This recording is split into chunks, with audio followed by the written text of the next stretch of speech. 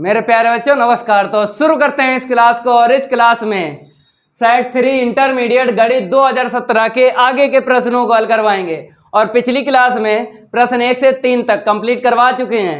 जिन बच्चों ने प्रश्न 1 से 3 तक कंप्लीट नहीं किए हैं, लिंक डिस्क्रिप्शन में मिल जाएगा, कंप्लीट कर लेना। और इस क्लास में सेट 3 के आगे के प्रश्नों को हल करवाएंगे। तो अभी तक आप लोगों ने इस वीडियो को लाइक नहीं किया है तो सबसे पहले सभी स्टूडेंट इस वीडियो को लाइक कर दें और इस वीडियो को ज़्यादा से ज़्यादा शेयर कर दें अपने फ्रेंड सर्किल में। तो इंतजार खत्म हुआ, उड़ाते हैं 1 बाय 1 प्रश्नों का गर्दा। तो आपको यहाँ पे दिख रहा होगा प्रश्न चौथे का बताया गया है अनिश्चित समाकलन का मान ज्ञात कीजिए। ठीक है, ज्ञात करवाते हैं। पहले यहाँ पे लिख लो प्रश्न 4 का। ठीक है, आई के बराबर आपको लिख लेना है।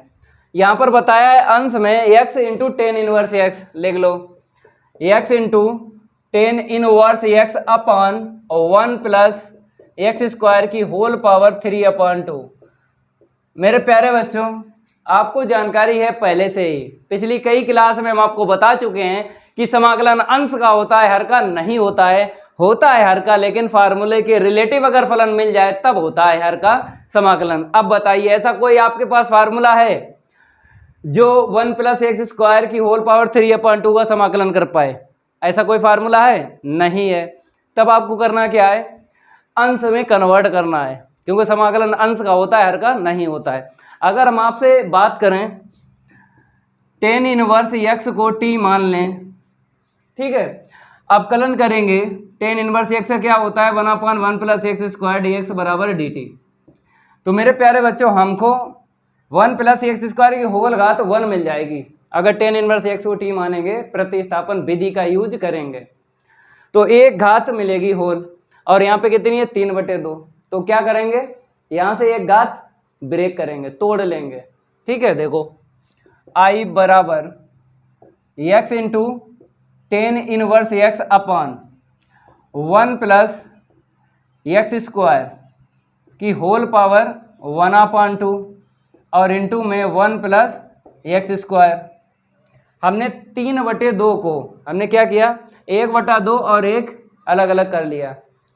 अब आप प्रतिस्थापन विधि से टेन इनवर्स एक्स को टी मानोगे, ठीक है, और होल घात 1 मिल जाएगी। फिर उसके बाद आगे बताएंगे करना क्या है। ठीक है, यहाँ पे लिख लो प्रतिस्थापन विधि से मान लेंगे हम टेन इनवर्स एक्स बराबर टी। अपकलन करो 1/1 प्लस एक्स स्क्वायर dx बराबर dt। तो हमें होल घात 1 यहाँ पे मिल जाएगी।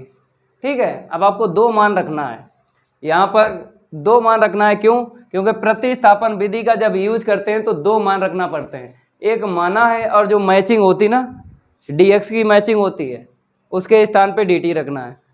और यहाँ पर जो बचेगा 1 प्लस एक्स स्क्वायर की होल पावर 1/2, तो x का मान आपको रखना पड़ेगा, क्योंकि फलन t में कन्वर्ट हो जाएगा। फलन किस में कन्वर्ट हो जाएगा? t में। और ये बच जाएगा चर x में। तो टोटल फलन t में ही आपको कन्वर्ट करना है। तो इसीलिए यहाँ से x का मान निकालो। तो मेरे प्यारे बच्चों, इसको उस तरफ लेके जाएंगे तो इनवर्स हट जाएगा, 10t मिलेगा। ठीक है, अब देखो i बराबर, पहले हम लिखेंगे इसके स्थान पर और इसके स्थान पर, जो बचेगा बाद में हम x के स्थान पर t रख देंगे। हमने माना है टेन इनवर्स x को t, ठीक है, तो ऊपर मिला एक्स टी अपान में 1 प्लस एक्स स्क्वायर 1/2 क्या बोलेंगे, रूट बोलेंगे।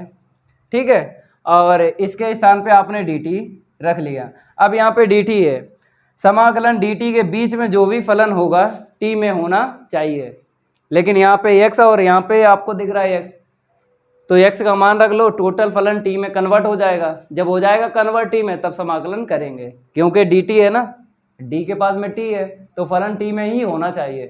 ठीक है, इतना ध्यान रखना है। चलो इतना नोट कर लो। अब आगे बढ़ते हैं, इसको हम रफ कर देते हैं, थोड़ा रेविड फाइल ले लेते हैं इसको। ठीक है, i के बराबर, तो यहाँ पर t पहले लिख लो, ठीक है, और x के स्थान पर यहाँ से 10t रख लो, अपान में रख लो x के स्थान पे 10t, तो 1 प्लस 10 स्क्वायर टी मिलेगा ना, यहाँ पे घातें 2 है ना, ठीक है, dt इतना बन गया। थोड़ा सरल करेंगे उसके बाद समाकलन करेंगे। चलो इतना हम रफ कर देते हैं और आगे बढ़ते हैं, नोट करते रहा करो, ठीक है। अब देखो इसके आगे i बराबर t tan t, ठीक है ना, अपान में 1 प्लस टेन स्क्वायर क्या होता है, सेक स्क्वायर, ठीक है। और यहाँ पे लिख भी देते हैं कि सेक स्क्वायर थीटा बराबर होता है 1 प्लस का टेन स्क्वायर थीटा। लिख दिया करो सामने, जैसे इसके स्थान पर आपने लिखा सेक स्क्वायर तो लिख दिया करो सामने, नंबर नहीं कटेंगे, पूरे ही नंबर मिलेंगे, नंबर कटने की कोई चांस नहीं है अगर आप सामने लिख दो, ठीक है। तो i बराबर देख लो यहाँ पे क्या आएगा, t और यहाँ पे टेन t अपान में सेक t, ठीक है, रूट से बाहर निकाला ना तो सेक t निकलेगा। अब आपको पता है इसको चेंज करेंगे, इसको चेंज करेंगे तो कॉस से कॉस कट जाएगा, ठीक है। तो i बराबर यहाँ पे देख लो t टेन t को कैसे लिख लो, sine t upon cos t, upon में देख लो 1 अपान कॉस t। अब देखो कॉस से कॉस कट गया ना, ठीक है। अब जो बचा अंश में बचा t साइन t, अब आराम से समाकलन हो जाएगा। चलो इतना हम रफ करेंगे और आगे बढ़ाएंगे, ठीक है। तो i बराबर क्या मिला हमको, t साइन t मिला। अब आइलेट से इसका समाकलन करना है, ILATE, फर्स्ट फलन और सेकंड फलन आपको मानना है। तो t मिल जाएगा a में और साइन मिल जाएगा t में, तो a पहले मिला तो इसको फर्स्ट और t बाद में मिला इसको सेकंड, ठीक है। अब आगे बढ़ाते हैं, फार्मूला लगाएंगे, फर्स्ट को ऐसे ही रखेंगे, सेकंड का समाकलन माइनस का कॉस t होता है साइन का, ठीक है, माइनस के बाद में फर्स्ट फलन का अवकलन 1, ठीक है। सेकंड फलन का समाकलन यहाँ पे कर चुके हो, वही यहाँ पे लिख लेना है। चलो इतना नोट कर लो। अब इसको हम रफ करते हैं, थोड़ा रेविड फाइल ले लेते हैं इसको, ठीक है। तो i बराबर माइनस का t कॉस t, इसको ऐसे ही लिखो, यहाँ पे माइनस माइनस प्लस हो जाएगा। अब कॉस t का आपको समाकलन करना है, ठीक है। i बराबर माइनस का t cos t plus cos का क्या होता है समाकलन, साइन t, समाकलन होने के बाद c को जोड़ देंगे। अब आपको आंसर शीट चर x में निकालनी है, क्योंकि चर t में निकली है। जो भी दिया गया है प्रश्न, देखो चर x में फलन है तो आंसर शीट भी चर x में लानी है। तो आपको पता है कि हमने जो माना था टेन इनवर्स x को t माना था, तो टेन t बराबर क्या, x, ठीक है। यहाँ पर आपको क्या करना है, पाइथागोरस प्रमेय लगानी है। याद रखना, जब आपको साइन t मिल जाए और cos t या फिर साइन t या फिर cot t का मान रखना पड़े तो पाइथागोरस प्रमेय यूज करके हम निकाल लेंगे। ये 90 अंश है, ठीक है। टेन यहाँ पे हम t ले लेते हैं कोण, क्योंकि यहाँ पे कोण t है, a b c डाल देते हैं और यहाँ पे x के बटे 1 लिख देते हैं, ठीक है। लंब बटे आधार होता है, लंब है x, आधार कितना है 1, ठीक है, लंब बटे आधार। अब कर्ण निकालो, तो यहाँ पर कर्ण निकालेंगे तो रूट में क्या आ जाएगा, 1 प्लस एक्स स्क्वायर। डायरेक्ट निकालो कोई दिक्कत नहीं है, पाइथागोरस प्रमेय डायरेक्ट यूज कर लो, एक भी नंबर नहीं कटेगा, पूरे ही मिलेंगे। अब आगे बढ़ते हैं, इसको हम रफ कर देते हैं। मेरे प्यारे बच्चों आपको नोट करते रहना है। अब यहाँ पर आपको क्या करना है, cos t और sin t का मान रखना है। तो यहाँ पर हम cos t का मान निकाल लेंगे, क्या होता है, आधार बटे कर्ण होता है। क्या होता है, आधार बटे कर्ण। तो आधार कितना है 1 और कर्ण कितना है 1 प्लस एक्स स्क्वायर रूट में, ठीक है। अब आपको sin t का मान और निकालना है, लंब बटे कर्ण होता है, ठीक है। लंब है x, t के सामने कोण के सामने लंब और 90 के सामने कर्ण, तो x अपॉन 1 प्लस का एक्स स्क्वायर, ठीक है। अब इस लाइन में आपको मान रखना है, पहले देख लो यहाँ पे बताया t का मान रखो, तो आपने माना था टेन इनवर्स x को t, ठीक है, रख लो। तो i बराबर माइनस टेन इनवर्स x, ठीक है। अब cos t का मान देख लो, 1/√1 प्लस एक्स स्क्वायर प्लस का क्या है sin t, sin t का मान यहाँ से देख लो x/√1 प्लस एक्स स्क्वायर और प्लस का c। ये आंसर शीट आ गई, लेकिन इसको पहले लिखेंगे और इसको बाद में लिखेंगे, या फिर कहेंगे अंश में गुणा करेंगे, अंश का अंश में लिखो, हर का हर में लिखो। ठीक है, थोड़ा और हल करेंगे, आंसर शीट आ जाएगी। इसके बाद i बराबर माइनस का टेन इनवर्स एक्स के बटे √1 plus X square plus x के अपान √1 प्लस एक्स स्क्वायर प्लस का c। नोट कर लो, ये कंप्लीट हो गया। अब अगला प्रश्न कंप्लीट करवाएंगे, इसको हम रफ कर देते हैं, थोड़ा रैपिड फायर ले लेते हैं इसको। अगले प्रश्न की ये बारी, और नहीं करेंगे उसके साथ कोई यारी। नंबर हम चेंज कर लेते हैं। अगला नंबर है खा। ठीक है, यहाँ पर क्या बताया गया है देख लो, यदि वेक्टर a एक सदिश दिया गया है, वेक्टर b दूसरा सदिश दिया गया है, तो vector a cross vector b और n कैप लंबवत इकाई सदिश ज्ञात कीजिए। यहाँ पर हमको दो मान निकालना है, एक इसका मान निकालना है, एक लंबवत इकाई सदिश निकालना है। तो सबसे पहले आपको यहाँ पे लिख लेना है, यहाँ पे क्या लिखा है यदि। यदि का मतलब क्या होता है, दिया है, या फिर आप लिख सकते हो यहाँ पे दिए गए सदिश। मेरे प्यारे बच्चों यहाँ पे क्या लिख लो, दिए गए सदिश वेक्टर a बराबर और वेक्टर b बराबर। कैसे लिखना है, पिछली कई क्लास में हम आपको बता चुके हैं, अगर आपको सदिश लिखना है तो जल्दी लिख जाता है, दिक् अनुपात से लिखना है।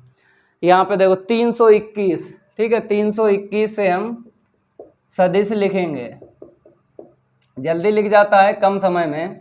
ठीक है, बहुत से टीचर कैसे लिखते हैं 3i cap minus 2j cap plus का k कैप, वो बेकार के टीचर होते हैं जो ऐसे करके लिखते हैं। दिक् अनुपात से लिखो, जल्दी लिख जाता है। ठीक है, 321 से आपने लिख लिया। अब वेक्टर b का सदिश लिखना है, 235 से आपको लिखना है। ठीक है, 235 एक बार देखना है, बार बार नहीं देखना है। ठीक है, अब हमको क्या निकालना है, यहाँ पे vector a cross vector b का मान निकालना है। ठीक है, vector a cross vector b का मान निकालना है, तो टेबल बनाना है। क्या बनाना है, टेबल। ठीक है ना, क्रॉस में टेबल बनती है, इतना ध्यान रखना है, डाट में टेबल नहीं बनती है। वेक्टर a के दिक् अनुपात देख लो यहाँ से 321। ठीक है, बाद में वेक्टर b है, तो तीसरी पंक्ति में वेक्टर b के दिक् अनुपात लिखना है। दिक् अनुपात देख लो 235। ठीक है, अब प्रसार करो, जिस पंक्ति या फिर जिस स्तंभ में आपको आई cap J cap K cap दिख जाए उसी के सापेक्ष आपको प्रसार करना है। तो पहली पंक्ति में आपको दिख रहे हैं आई cap J cap K cap, तो पहली पंक्ति के सापेक्ष ही प्रसार करना है। ठीक है, तो यहाँ पे लिखना पड़ेगा R1 के सापेक्ष प्रसार करने पर, R1 के सापेक्ष प्रसार करने पर। अगर चिन्ह ना याद हो साड़ी के तो याद कर लेना, plus minus plus minus plus minus plus minus, ये साड़ी के चिन्ह हैं। अगर याद ना हो तो आप लोग क्या करना, याद कर लेना। वैसे तो याद है, कोई दिक्कत नहीं आएगी। ठीक है, vector a cross vector b, यहाँ से प्लस लेना है, पहले पद में चिन्ह यूज नहीं करेंगे, प्लस आई कैप उठा लो। ठीक है, आई कैप की पंक्ति और स्तंभ छुपा लो, इसका इसमें इंटू करेंगे माइनस का 10 मिलेगा, फिर माइनस के बाद में 3 का 1 में गुणा करेंगे 3 मिलेगा, फिर यहाँ से माइनस उठा लो, यहाँ से अवयव उठा लो जे कैप। ठीक है, जे कैप की पंक्ति और स्तंभ छुपा लो, क्रॉस इंटू कर लो, 5 3 15 माइनस 2 1 2। ठीक है, अब आपको यहाँ से प्लस उठा लेना है, यहाँ से अवयव के कैप उठा लो, के कैप की पंक्ति स्तंभ छुपा लो, क्रॉस इंटू कर लो, 3 3 9 और माइनस के बाद में 2 दूनी 4, माइनस माइनस प्लस का हो जाएगा 4। ठीक है, यहाँ से कितना मिलेगा, माइनस का 13 आई कैप, और यहाँ से कितना मिलेगा 13 जे कैप। ठीक है, और यहाँ से 13 के कैप। तो vector a cross vector v का मान निकल आया।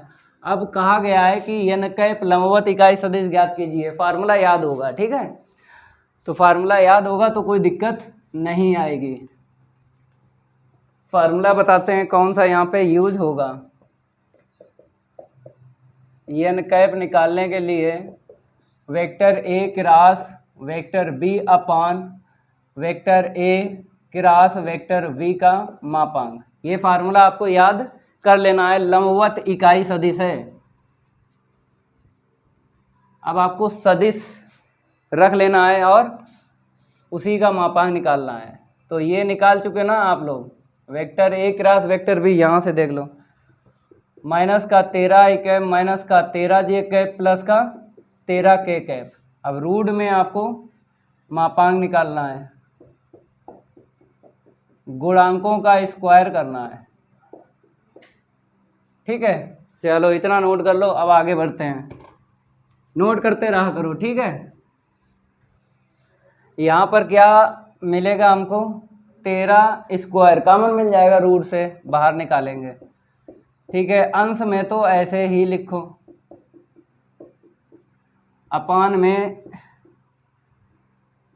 जब 13 का स्क्वायर कॉमन लेंगे रूट से बाहर 13 ही निकलेगा। यहाँ से 1 का स्क्वायर 1 मिलेगा, यहाँ से 1 और 1 मिलेगा। 13 कॉमन लेके उड़ा दो, 13 कॉमन लेके उड़ा दो, माइनस का आई कैप, फिर दूसरा पद क्या है, माइनस का जे कैप प्लस का के कैप, अपान में 13 रूट 3। ठीक है ना, 13 से 13 कट गया, तो हमको क्या मिला, इतना नोट करो। अब यहाँ से हम लिखेंगे, एन कैप के बराबर ही आपको लिखना है, एन कैप के बराबर ही लिखना है। तो माइनस का आई कैप माइनस का जे कैप प्लस का के कैप, अपान में क्या मिला, रूट 3। मेरे प्यारे बच्चों, जब आपको सदिश बताना हो, जब आपको सदिश बताना हो तो फुटकर पदों में अंतरिक्ष छोड़ना है, सिंगल सिंगल पदों में। ठीक है, लघुत्तम वापस दे के ही आपको अंतरिक्ष छोड़ना है जब आपको सदिश ज्ञात करना हो। ये जानकारी आपको होना चाहिए। ठीक है, तो यहाँ पर देखो, इसके बटे लिखेंगे -1/√3i कैप, फिर इसके बटे लिखेंगे √3, फिर इसके बटे लिखेंगे 1/√3 के कैप। तो मेरे प्यारे बच्चों, जब आपको आंसर शीट निकालना हो सदिश की, तो इतना याद रखना, फुटकर पदों में अंतरिक्ष छोड़ना है। ठीक है, चलो भाई नोट कर लो, ये कंप्लीट हो गया। अब प्रश्न नंबर गा बताएंगे, इसको हम रफ कर देते हैं। अब प्रश्न नंबर अगला देख लो, यहाँ पे नंबर हम चेंज कर देते हैं। यहाँ पर क्या बताया गया है, अवकल समीकरण एक कोटि एक घात का है को हल कीजिए। तो अवकल समीकरण को हल करने के लिए कितनी विधि है, 3 विधि हैं, जिनमें से एक विधि यूज होगी। अब आपको चेक करना है कि कौन सी विधि इसमें यूज होगी। पहले लिख देते हैं, उसके बाद बताते हैं कैसे आपको चेक करना है। जैसे यहाँ पे चेक करवाएंगे, ऐसे ही आपको पेपर में भी चेक करना है, क्योंकि प्रश्न में नहीं बताया जाएगा कि कौन सी विधि आपको यूज करना है। प्रश्न में कहीं लिखा है चरों को पृथक करने की विधि यूज होगी, या फिर समघातीय अवकल समीकरण, या फिर रैखिक अवकल समीकरण, कहीं प्रश्न में दिख रहा है? नहीं दिख रहा है। जैसा हम चेक करवाएंगे वैसा ही आपको भी चेक करना है। ठीक है, तो पहले लिख लो यहाँ पे अवकल समीकरण x into Y square plus का x, ठीक है, और dx। अब दूसरा पद देख लो, x into Y square plus का x dx। दूसरा पद है y into X square plus का y dy बराबर 0। तो मेरे प्यारे बच्चों, यहाँ पे देख लो, पहली विधि चरों को पृथक करने की विधि, चरों को पृथक करने की विधि, पहली विधि ये है। दूसरी विधि देख लो, समघातीय अवकल समीकरण, समघातीय अवकल समीकरण। तीसरी विधि का नाम क्या है, रैखिक अवकल समीकरण, रैखिक अवकल समीकरण। तो मेरे प्यारे बच्चों, एक कोटि एक घात का अवकल समीकरण हल करने के लिए ये 3 विधि हैं आपके पास, जिनमें से एक विधि यूज होगी। अब चेक करवाते हैं, पहली विधि चेक करवाते हैं यूज होगी या नहीं होगी। इस विधि का मतलब ये है कि x वाला पद dx के पास होना चाहिए और y का पद dy के पास होना चाहिए। अगर ऐसा है तो चरों को पृथक करने की विधि यूज कर लेंगे। यहाँ पे dx है तो क्या होना चाहिए, चर x होना चाहिए। तो अगर x कॉमन निकाल लो तो ब्रैकेट से क्या मिलेगा, वाई स्क्वायर प्लस वन। तो वाई स्क्वायर प्लस वन हम इसको दे देंगे डी वाई को, मतलब गुणे में आपको जब मिल जाएंगे तो वो तो इधर उधर चले जाते हैं, ठीक है। अब देखो डी वाई के पास में क्या होना चाहिए, चर बाई होना चाहिए, तो बाई कॉमन निकाल लेंगे तो मिल जाएगा, जो ब्रैकेट में बचेगा चर x में एक्स स्क्वायर प्लस वन, उस ये ब्रैकेट में जो बचेगा वो इसको दे देंगे। मतलब इनटू में अगर है तो वो तो इधर उधर चले जाते हैं ना पद, जो मिक्स होते हैं मिक्स, उनको नहीं हम दे सकते हैं। तो यहाँ पर भी इनटू में हमको दो पद मिल गए, यहाँ पर भी मिल गए, ठीक है। चरों को पृथक करने की विधि यूज हो जाएगी। जब चरों को पृथक करने की विधि यूज होगी तब आपको चेक नहीं करना है समघातीय और रैखिक, इतना ध्यान रखना है। तो एक कोटि एक घात का अवकल समीकरण ये आपको दिख रहा है, चरों को पृथक करने की विधि यूज होगी। देखो कैसे हम आपको बताते हैं, यहाँ से x कॉमन निकाल लो तो 1 प्लस का वाई स्क्वायर, 1 को पहले लिख का वाई स्क्वायर को बाद में, ठीक है। यहाँ पे आ जाओ, y कॉमन ले लो, 1 पहले लिख लो और x स्क्वायर बाद में लिख लो। अब D Y upon D X निकाल लो पहले, तो इसको उस तरफ भेजेंगे। याद रखना कि हमेशा dx का पद ही पक्षांतर किया जाता है, dy का पद नहीं पक्षांतर किया जाता है, वो फिक्स रहता है, जहाँ पे वहीं पे रखना है। तो y into 1 plus X square into D Y बराबर ये वाला देख लो, x इंटू 1 प्लस का वाई स्क्वायर और dx, इसको ऐसे ही रखा हमने, इसको उस तरफ पहुँचा दिया। अब यहाँ से D Y upon D X का मान निकालो, फिर उसके बाद हम चरों को पृथक करने की विधि यूज करेंगे। तो D Y upon D X के बराबर minus X into 1 plus Y square, आपने डी एक्स जो है डी वाई के बटे लिख लिया, इतने के बटे इतना आपको लिखना है, ठीक है, Y into 1 plus X square, ठीक है। अब यहाँ पर यूज कर लो तो विधि चरों को पृथक करने की विधि, चरों को पृथक करने की विधि, ठीक है। ये बाई का सिस्टम है ना, 1 plus by square upon by, cross into करो, बाई ऊपर पहुंचेगा नीचे आ जाएगा 1 प्लस का वाई स्क्वायर डी वाई, ठीक है, बराबर dx का क्रॉस इंटू होता है 100%। जब चरों को पृथक करने की विधि यूज होती है तो 100% dx का क्रॉस इंटू ही होता है। जो भी x का पद है यहाँ पर वो dx का क्रॉस इंटू करके आपको देना है, ठीक है। कभी भी आपको ये विधि यूज करना हो, dx का क्रॉस इंटू होता है 100%, ठीक है। तो यहाँ पर कर लेंगे तो माइनस एक्स अपॉन 1 प्लस का एक्स स्क्वायर डी एक्स, ठीक है, x upon 1 plus X square, इतना मिल गया। अब आपको क्या करना है, जब चर सेपरेट हो जाते हैं तब आपको दोनों बच्चों का समाकलन करना है, ठीक है, इतना नोट कर लो। अब आगे बढ़ते हैं, अब समाकलन करना है और क्या, समाकलन होने के बाद छोड़ देंगे आंसर शीट। तो यहाँ पे लिखना पड़ेगा आपको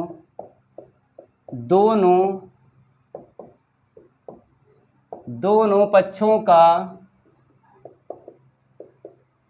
समाकलन करने पर, दोनों पक्षों का क्या करने पर, समाकलन, ठीक है। तो y के अपान 1 प्लस का वाई स्क्वायर डी वाई बराबर माइनस आगे ले लो तो x अपान 1 प्लस का एक्स स्क्वायर डी एक्स। मेरे प्यारे बच्चों इसका अवकलन करेंगे, अगर ऊपर वाला मैच होता है तो लॉग के बाद में लिख देंगे। ये रूल आपने पढ़ा है प्रश्नावली 7.2 में, प्रतिस्थापन विधि का यूज करते हैं। प्रतिस्थापन विधि से ही दो फार्मूले बनाए गए हैं, तो फार्मूले का हम यूज कर लेंगे। प्रतिस्थापन विधि में क्या होता है, फलन को टी माना जाता है, तो उसमें टाइम ज़्यादा लगता है। तो देखो जो हम बता रहे हैं उसको समझो, नीचे वाले का अवकलन करो, अगर ऊपर वाला मिलता है लॉग के बाद में लिख दो। इसका अवकलन करेंगे 2x मिलेगा, इसका अवकलन करेंगे 2y मिलेगा। यहाँ पे 2 नहीं है ना यहाँ पे है, तो 2 का गुणा 2 का भाग करना पड़ेगा आपको, ठीक है। तो इसको हम रफ कर देते हैं। अब देखो क्या करना है, 2 का यहाँ पर गुणा कर देते हैं, 2 का गुणा यहाँ पर कर देते हैं, दोनों पक्षों में 2 का गुणा हो गया। जैसे बात करेंगे 2 का गुणा करो 2 का भाग करो, 2 का गुणा 2 का भाग, या फिर ऐसे कर लो दोनों पक्षों में 2 का गुणा कर लो, दिक्कत क्या है, बात वही पड़ेगी। अब फार्मूला यूज कर लेंगे, देखो F x upon F x ही होल घात एक, ठीक है। अब देखो नीचे वाले का अपकलन करेंगे, अगर ऊपर वाला मिलता है लॉग के बाद में मापांक में लिख दिया जाता है। ये फार्मूला आपने पढ़ा है प्रश्नावली 7.2 में, ठीक है। अपकलन करो, यहाँ पे अपकलन करके दिखा दो। तो मेरे प्यारे बच्चों 1 का 0 और वाई स्क्वायर का 2y, क्या मिला 2y मिला। यहाँ पर भी देख लो अपकलन, समाकलन किसके सापेक्ष हो रहा है, x के सापेक्ष, तो अपकलन भी आपको x के सापेक्ष ही करना है। तो d upon D x 1 plus का एक्स स्क्वायर, 1 का 0 एक्स स्क्वायर का 2x, तो कितना मिला 2x। नीचे वाले का अपकलन करेंगे, ऊपर वाला मिल रहा है, चाहे यहाँ पे देख लो चाहे वहाँ पे देख लो। अब लॉग के बाद में आपको लिख देना है, आंसर शीट आ जाएगी। चलो इतना नोट कर लो। अब इसको हम रफ कर देते हैं, ठीक है। लॉग के बाद में लिख दो बराबर के मेरी तरफ और बराबर के उस तरफ, ठीक है। अब आपको क्या करना है, समाकलन होने के बाद सी जोड़ा जाता है, लेकिन हर एक पद में अगर लॉग है तो सी नहीं जोड़ना है, लॉग सी जोड़ना है, इतना ध्यान रखना। हर एक पद में अगर लॉग है तब आपको लॉग सी जोड़ना है, ठीक है। फार्मूला बनेगा, इसलिए बता रहे हैं, ठीक है। अब यहाँ पर नहीं छोड़ सकते ना, क्योंकि लॉग के फार्मूले हमने बताए थे आपको। अगर लॉग के फार्मूले यूज हो रहे हैं तो यूज करने के बाद ही आंसर शीट छोड़ना है। तो इसको इस तरफ भेज दो, फार्मूला बन जाएगा log m plus log n बराबर क्या होता है log m इंटू n, ठीक है। इतना नोट कर लो। अभी थोड़ा आगे बढ़ाएंगे, अभी यहाँ पर नहीं छोड़ सकते, इतना ध्यान रखना। जो बात हमने आपको बताई है, अगर हर एक पद में log है तो log c जोड़ना, c नहीं जोड़ना, ठीक है, इतना ध्यान रखना है। तो log इसको इस तरफ लिखेंगे तो प्लस का हो जाएगा ना, ठीक है, और ये पहले से प्लस का है, और बराबर में log से लगा लो फार्मूला यहाँ पे log m इंटू n, ये फार्मूला लगेगा, ठीक है, बराबर में log से।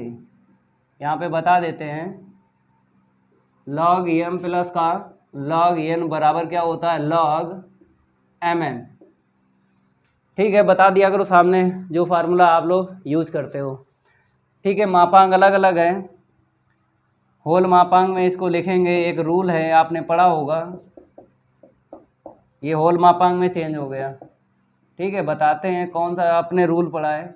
दो सम्मिश्र संख्याएं अगर हैं, अलग अलग मापांक है, मेरे प्यारे बच्चों दो सम्मिश्र संख्याएं हैं अगर अलग अलग मापांक है तो होल मापांक में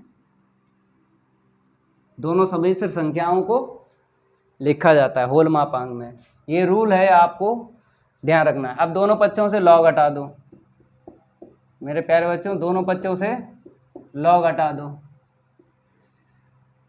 क्योंकि अगर ज़रूरत पड़ती है तो लॉग लेते हैं दोनों पक्षों का, ज़रूरत नहीं है तो दोनों पक्षों से लॉग हटा दो, ठीक है। ये आंसर शीट आई है। अगर यहाँ पे छोड़ते नंबर काट लेता तो ऐसी सिचुएशन मिल जाती है, हर एक पद में लॉग है तो लॉग सी जोड़ने के बाद लॉग के फार्मूले यूज करने के बाद ही आंसर शीट आपको छोड़ना है। चलो इतना नोट कर लो। अब इसको हम रफ कर देते हैं। अब अगला प्रश्न देख लो। अगला जो प्रश्न है बताया गया है कि समाकलन आपको करना है, ठीक है। ये जो आपको दिख रहा है ना, ये प्रकार में है, प्रकार बता देंगे। पहले यहाँ पे हम नंबर चेंज कर देते हैं, कौन सा है, घा। आई के बराबर आपको लिख लेना है 1/4 प्लस का 5 sin x, ठीक है। समझाते हैं आपको, ये प्रकार है तो इस तरफ हम थोड़ा सा रफ करने के बाद ही आपको बता पाएंगे कि कैसे आपको समाकलन करना है। पहले आपको समझ लेना है बेसिक, उसके बाद इसका समाकलन करना है। तो देख लो बेसिक। मेरे प्यारे बच्चों कुछ ऐसे होते हैं फलन जो आपको ध्यान रखना है, कुछ ऐसे होते हैं, जैसे यहाँ पे देख लो 1/a plus minus b sine x, चाहे बीच में प्लस हो चाहे माइनस हो, और a और b क्या हैं यहाँ पे, वास्तविक संख्याएं हैं, ठीक है।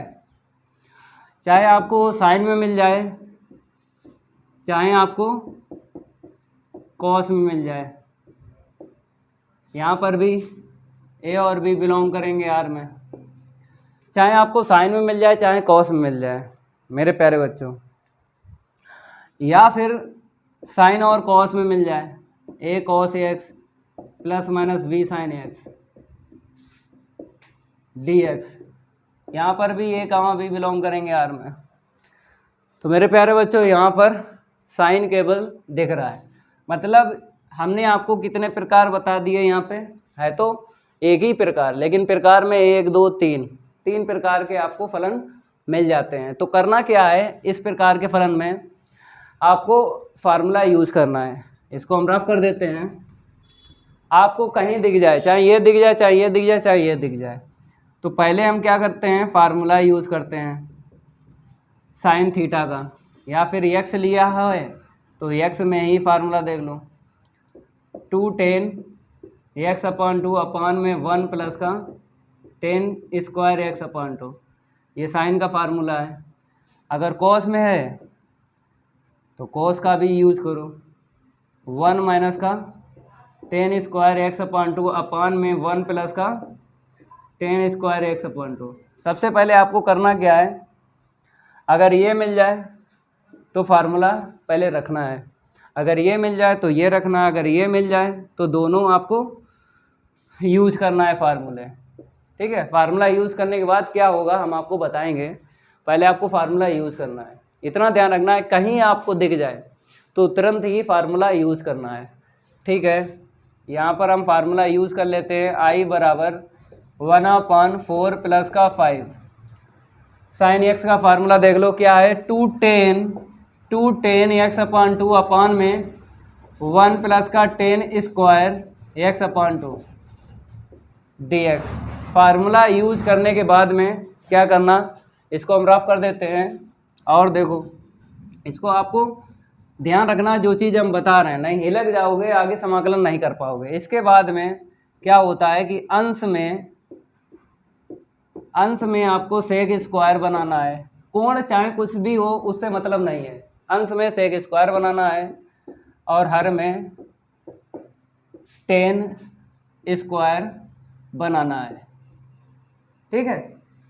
मेरे प्यारे बच्चों, हमने जो बोला है उसको आप समझो, हर में tan स्क्वायर या फिर tan जो बन जाए बनाओ, कहने मतलब है हर में आपको tan बनाना है, चाहे tan बने चाहे tan स्क्वायर। फिर उसके बाद में प्रतिस्थापन विधि यूज करते हैं, tan को ही t मानते हैं, चाहे हर में tan बने चाहे tan स्क्वायर बने, tan को t मानना है, ठीक है। और जो अंश में सेक स्क्वायर बनाना ना, सेक स्क्वायर वो मैच हो जाएगा।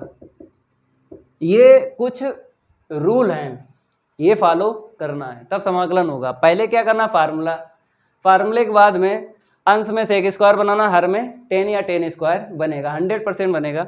फिर प्रतिस्थापन विधि में tan को t मान लेना, ठीक है। फिर सेक स्क्वायर मैच हो जाएगा। इसके बाद में यहाँ पे देखो प्रश्नावली 7.4 में जो फार्मूले आपने याद किए, 6 याद किए ना, 3 रूट में और 3 बगैर रूट में, तो उनमें से एक फार्मूला यूज हो जाएगा। इतनी जानकारी होना चाहिए, प्रश्न तो लग गया पहले ही, लेकिन यहाँ पे लगवाते हैं। तो I बराबर लघुत्तम ले लो, नीचे कितना मिला, 1 प्लस का tan स्क्वायर x/2, इसका इसमें इंटू कर लो तो 4 × 1 प्लस का tan स्क्वायर x/2, ठीक है। और प्लस का कितना हो जाएगा, 10 tan x/2, ठीक है। और यहाँ पे dx, इसे ऊपर लेके चलो, ऊपर लेके चलेंगे तो क्या बन जाएगा, सेक स्क्वायर बन जाएगा, क्योंकि 1 प्लस tan स्क्वायर क्या होता है, सेक स्क्वायर होता है। तो यहाँ पे हम लिख देते हैं सेक स्क्वायर x/2 अपान में सबसे बड़ी घात 4 इंटू में tan स्क्वायर x/2, फिर प्लस का 10 इंटू 10x/2, फिर इसके बाद में 4 एकम 4 यहाँ से मिल जाएगा। और यहाँ पर हम बता भी देते हैं कि 1 प्लस का 10 स्क्वायर थीटा क्या होता है, सेक स्क्वायर थीटा होता है। हमने नीचे वाले को ऊपर भेजा तो फार्मूला यूज करके, ठीक है। अब आपको क्या करना है, जो बात बताई प्रतिस्थापन विधि से 10 को t मानना है, ऊपर वाला मैच हो जाएगा, ठीक है। अब इतना हम रफ करेंगे और आगे बढ़ाएंगे। जो नियम है वो हमने उस तरफ आपको बता दिए हैं, ठीक है। तो प्रतिस्थापन विधि से मान लेंगे 10x/2 को t, अपकलन करेंगे सेक स्क्वायर x/2, x/2 का दोबारा करेंगे तो 1/2 निकलेगा। ये देखो मैच हो गया ये, ठीक है। अब दो मान आपको रखना पड़ेंगे, क्योंकि प्रतिस्थापन विधि जब यूज करते हैं तो दो मान रखना पड़ते हैं, ठीक है। तो i बराबर माना है उसके स्थान पर रख लो 4t² प्लस का 10t और प्लस का 4, ठीक है मेरे प्यारे बच्चों, इसको आप समझो। अब देखो इसके स्थान पे क्या रखना है, यहाँ पर देखो इसे तो ऐसे रहने दो 2dt, 2 का क्रॉस इंटू होगा, क्योंकि जितना होता है ना उतना ही रखा जाता है। तो 2 का क्रॉस इंटू करके हमने सेक स्क्वायर x/2 dx के स्थान पर रख दिया 2dt। चलो भाई आगे बढ़ते हैं, इतना नोट कर लो। अब प्रश्न जो है बन गया है 7.4 का फार्मूला यूज करना है। तो यहाँ पे 3 पद हैं, 2 पद बनाना है। पहले तो नीचे 2 कॉमन ले लो,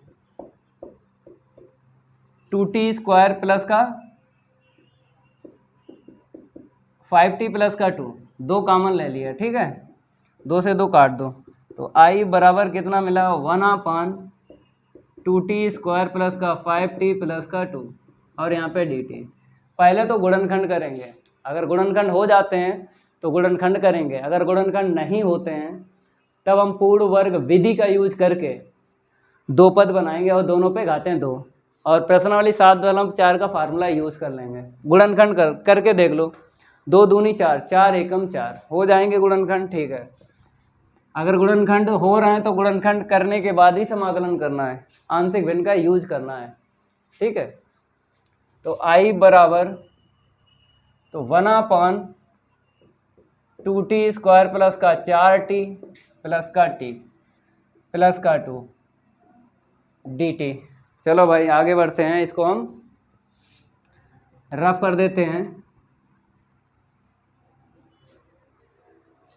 अब देखो गुणनखंड करेंगे 1/2t कॉमन ले लो तो t प्लस का 2 मिलेगा, पहले 2 पद में, बाद में प्लस 1 ले लो, जब कुछ ना मिले कॉमन तो 1 मिलता है, ठीक है। चलो भाई आगे बढ़ते हैं, 1/t प्लस का 2 और 2t प्लस का 1 और यहाँ पे dt। अब आपको हर में कितने ब्रैकेट दिख रहे हैं, 2 ब्रैकेट दिख रहे हैं। तो हर में 2 या 2 से ज़्यादा ब्रैकेट आपको दिख जाए तो आपको पता है समाकलन कैसे होता है, आंशिक भिन्न का यूज करके समाकलन होता है, ठीक है। तो यहाँ पर आंशिक भिन्न यूज करेंगे, तो यहाँ पे लिखना पड़ेगा आंशिक भिन्नों में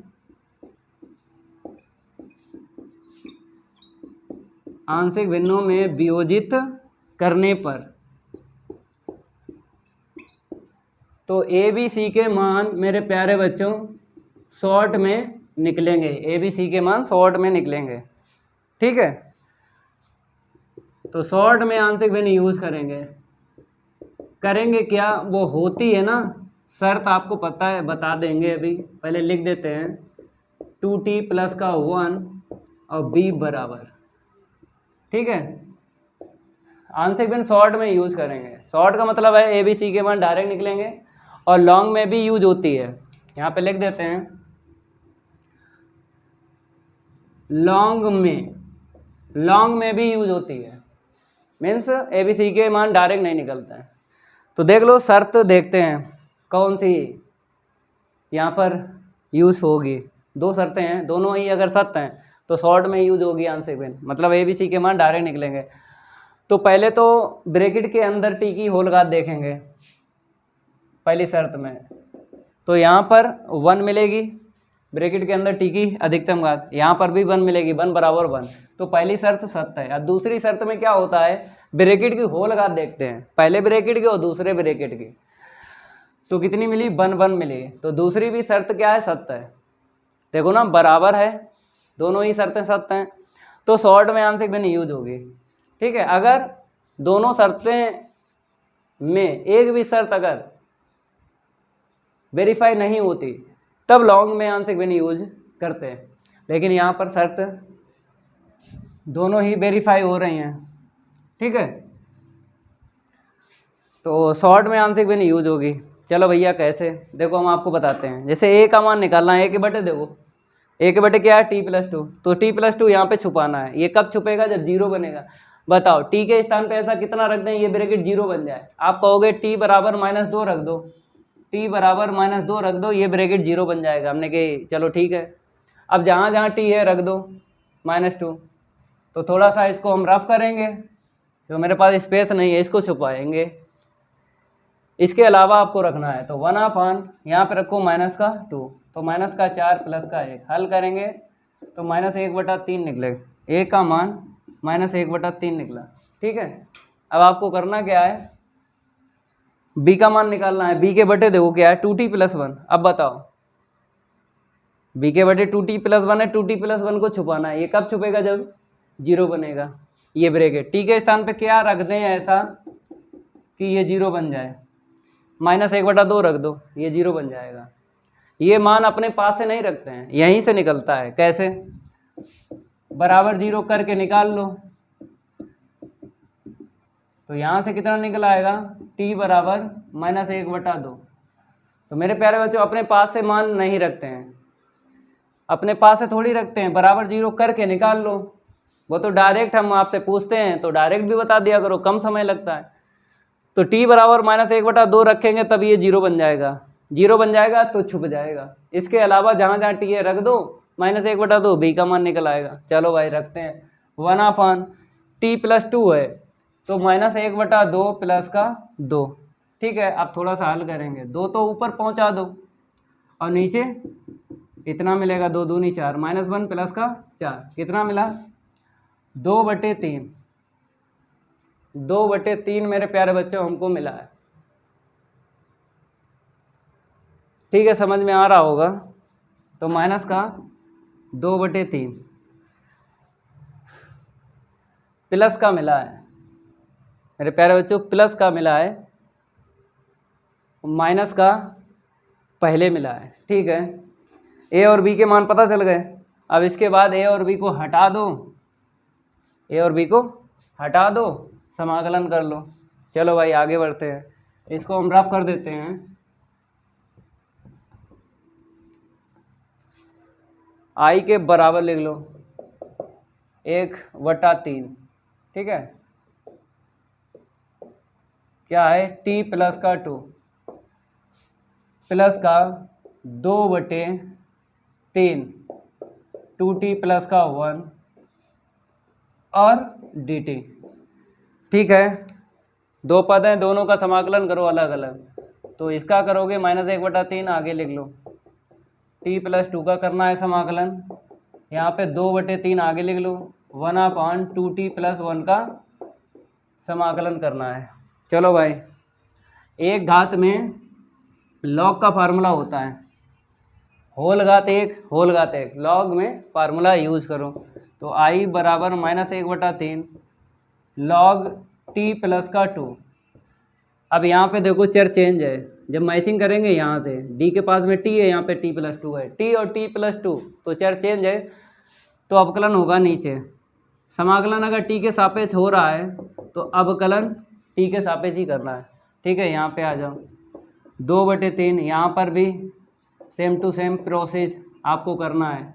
जो पहले वाले पद में प्रोसेस हुआ ना, अब सी को जोड़ लो, मेरे प्यारे बच्चों सी को जोड़ लो। ठीक है, तो आई बराबर -1/3 अंश में log t प्लस का 2 अपान में 1 होगा ना t का और 2 का 0, यहाँ पे आ जाओ 2/3 log 2t प्लस का 1 अपान कितना मिला 2 इंटू 1 प्लस का 0 और प्लस का c। ठीक है, इतना नोट करो। थोड़ा और आगे इसको लगवाएंगे, अभी ये ख़त्म नहीं हुआ है। ठीक है, यहाँ से कितना मिला i बराबर -1/3 log t प्लस का 2, यहाँ पे आ जाओ प्लस 2/3 और नीचे कितना मिलेगा 2 मिलेगा। ठीक है, log 2t प्लस का 1 प्लस का c, 2 से 2 काट दो, ऊपर कितना मिलेगा 1, तो 1/3 1/3 कॉमन मिल रहा है, कॉमन मिल रहा है तो ले लो। ठीक है, log का फार्मूला लग जाएगा। देखो मेरे प्यारे बच्चों, आगे तभी हम बढ़ाएंगे, जैसे यहाँ पे t का मान वापस रख देंगे और छोड़ देते। कब छोड़ देते? जब log के गुणांक सेम टू सेम ना मिलते तो छोड़ देते। अगर log के गुणांक 1/3 सेम टू सेम मिल रहा है तो log का फार्मूला लगाने के बाद ही आंसर शीट छोड़ना, इतना ध्यान रखना। ठीक है, तो देख लो i बराबर 1/3 हमने कॉमन ले लिया यहाँ से, माइनस का log t प्लस का 2 मिला यहाँ से, और यहाँ से क्या मिला प्लस का log 2t प्लस का 1 मिला। अब log का फार्मूला लगा लो, log m/n लग जाएगा। क्या लग जाएगा? log m/n, प्लस का पहले और माइनस जो है ना उसको नीचे लिखना है, प्लस का ऊपर माइनस का नीचे। ठीक है, log का फार्मूला हमने यूज कर लिया। अब यहाँ पे अलग अलग मापांक है, होल मापांक में इसको चेंज करेंगे, क्योंकि आपने एक रूल पढ़ा है ना, बताते हैं, दो सम्मिश्र संख्याएं अगर भाग में है, अलग अलग मापांक है, तो होल मापांक में दोनों सम्मिश्र संख्याएं लिखी जाती हैं। ठीक है, अब t का मान वापस रख दो और आंसर शीट छोड़ दो। t किसे माना था? log t किसे माना था? 10x/2 को माना था। 2 10x/2, ठीक है, अपान में 10x/2 और प्लस का 2। ठीक है, 2t प्लस 1 अपान t प्लस का 2 प्लस का c। ये प्रश्न कंप्लीट हो गया। थोड़ा सा ये प्रश्न लॉन्ग था, ठीक है, आपके समझ में आ गया होगा। अब अगला प्रश्न कंप्लीट करवाएंगे, इतना नोट कर लो जल्दी। अब आपको प्रश्न 5 हल करवाएंगे। कितने पार्ट हैं? 6 पार्ट हैं। तो सबसे पहले लास्ट वाला पार्ट हल करवाते हैं, क्योंकि स्पेस मेरे पास कम है, स्पेस हमको मिल जाएगा। तो यहाँ पर क्या लिखा है देख लो, फलन fx बराबर साइन इनवर्स 2x इंटू में रूट में 1 - x² का साइन इनवर्स x के सापेक्ष अवकल गुणांक ज्ञात कीजिए। तो यहाँ पर आपको क्या लिखा हुआ दिख रहा है? अवकल गुणांक। आपको प्रश्न में अवकल गुणांक लिखा हुआ मिल जाए तो समझ लेना है आपको अवकलन ही करना है, लेकिन यहाँ पर अवकलन करना है। क्या बताया गया है कि फलन का फलन के सापेक्ष अवकलन करना है। तो पिछली कई क्लास में हम आपको बता चुके हैं, फलन का फलन के सापेक्ष अवकलन करना हो तो आपने प्राचलिक फलनों का अवकलन सीखा है ना, उसी रूल से करना है। जैसे हम आपको बता देते हैं, यहां पर देख लो, प्राचलिक फलन, तो x और y बराबर 2 समीकरण मिल जाते थे आपको। x बराबर और y बराबर या तो t में या फिर थीटा में। तो अगर t में मिल जाते थे x और y के मान तो हम समझ जाते थे t प्राचल है, तो t के सापेक्ष ही अवकलन करना होता है। या फिर x का मान या y का मान थीटा में मिल जाए तो थीटा प्राचल हो जाता था। तो यहाँ पर आपको मानना पड़ेगा, यहाँ पे समीकरण नहीं दिए गए, पहले वाले को y1 मानना है, दूसरे वाले को y2 मानना है। ठीक है, और y1 और y2 देखेंगे आंसर शीट चर किस में है, तो चर x में है, तो x के सापेक्ष ही अवकलन करना है। ठीक है, ऐसे करके पता कर लेना। लेकिन प्राचलिक फलन आपने सीखे हैं तो कोई दिक्कत नहीं आएगी फलन का फलन के सापेक्ष अवकलन करने में। ठीक है, तो यहाँ पर हम क्या करते हैं, पहले वाले को y1 मान लेते हैं sine inverse 2x root of 1 minus x square. पहले इसको निपटा देते हैं, फिर उसके बाद इसको निपटाएंगे। अवकलन करो x के सापेक्ष, क्योंकि y1 की जो आंसर शीट है वो चर x में है, तो x के सापेक्ष ही अवकलन करना है। लेकिन इस हाथी को चींटी बना लो, अवकलन दिक्कत नहीं आएगी। तो देख लो 2x into root of 1 minus x square. तो हमने आपको बताया था अगर इनवर्स वाले आपको फलन मिल जाते हैं, अगर फार्मूला आपको याद है तो यूज कर लिया करो। पार्ट 2 का फार्मूला हाथी से चींटी बन जाता है। देखो यहाँ पर y1 बराबर 2 साइन इनवर्स x। तो मेरे प्यारे बच्चों ये है हाथी और ये क्या है, चींटी। तो हाथी से चींटी हमने बना लिया। और याद होना चाहिए फार्मूला 2 साइन इनवर्स x बराबर होता है sine inverse 2x root of 1 minus x square. ये फार्मूला होता है, आपको याद होगा। ठीक है, अब इसको हम रफ कर देते हैं। आपने समझ लिया है कि हाथी से हमने चींटी बना लिया। अब अवकलन कर लो, अब कोई दिक्कत नहीं आएगी, क्योंकि अगर यहाँ पर अवकलन करते तो पहले साइन इनवर्स का करते, फिर इसके बाद इसका दोबारा करते, तो कैलकुलेशन काफ़ी टफ हो जाती, तो गलत होने का चांस हो जाता। तो अब नहीं गलत होगा, अब इसका दोबारा अवकलन नहीं होगा। ठीक है, x के सापेक्ष अवकलन करने पर, x के सापेक्ष क्या करने पर अवकलन। इस हिंदी का मतलब जानते हो, बराबर के मेरी तरफ d अपॉन डी एक्स रखना है, बराबर के उस तरफ d अपॉन डी एक्स रखना है। ठीक है, इसका तो हो ही जाएगा अवकलन। इसमें देखो 2 आगे करके साइन इनवर्स x का अवकलन करो, 1 upon root of 1 minus x square, यही होता है 2 के बटे रूट में इतना, ये आ गया dy 1 अपॉन डी एक्स। ठीक है, इतना नोट करो। अब दूसरे वाले को लेके चलते हैं, इसको हम रफ कर देते हैं। ठीक है, तो मेरे प्यारे बच्चों यहाँ पर हम दूसरे वाले को y2 ले लेते हैं, क्या है साइन इनवर्स x। करो अवकलन, तो x के सापेक्ष अवकलन करने पर, x के सापेक्ष अवकलन करने पर, चलो इतना हम रफ करेंगे और आगे बढ़ेंगे। तो इस हिंदी का मतलब जानते हो कि बराबर के मेरी तरफ d अपॉन डी एक्स रखना है, बराबर के उस तरफ d अपॉन डी एक्स रखना है। इसका अवकलन तो हो ही जाएगा dy 2 अपॉन डी एक्स। इसका बताओ 1 upon root of 1 minus x square, ये फार्मूला है, याद होगा। ठीक है, अब इसके बाद मान निकालना है dy 1 अपॉन dy 2 का। तो क्या करना है, अगर x के सापेक्ष अवकलन किया है तो dx का ऊपर भाग लगाना है और dx का नीचे भाग लगाना है, या फिर इसे ऐसे भी लिखा जाता है dy 1 upon D x into में dx अपॉन dy 2। चाहे ये यूज कर लो इसके बराबर, चाहे ये यूज कर लो इसके बराबर। ठीक है, अब आपको मान रखना है dy 1 अपॉन डी एक्स का मान ये आपको अंश में रखना है 2 upon root of 1 minus x square. ठीक है, 2 upon root of 1 minus x square, upon में देखो dy 2 अपॉन डी एक्स का मान ये देखो 1 upon root of 1 minus x square. कट्टा पिट्टी कर लो, ये कट गया, क्या मिला 2 मिला, आंसर शीट हमको मिल गई 2। ठीक है, ये हो गया, जल्दी नोट करो, इसको हम रफ करेंगे। अब इस साइड जो प्रश्न है उनको हल करवाते हैं,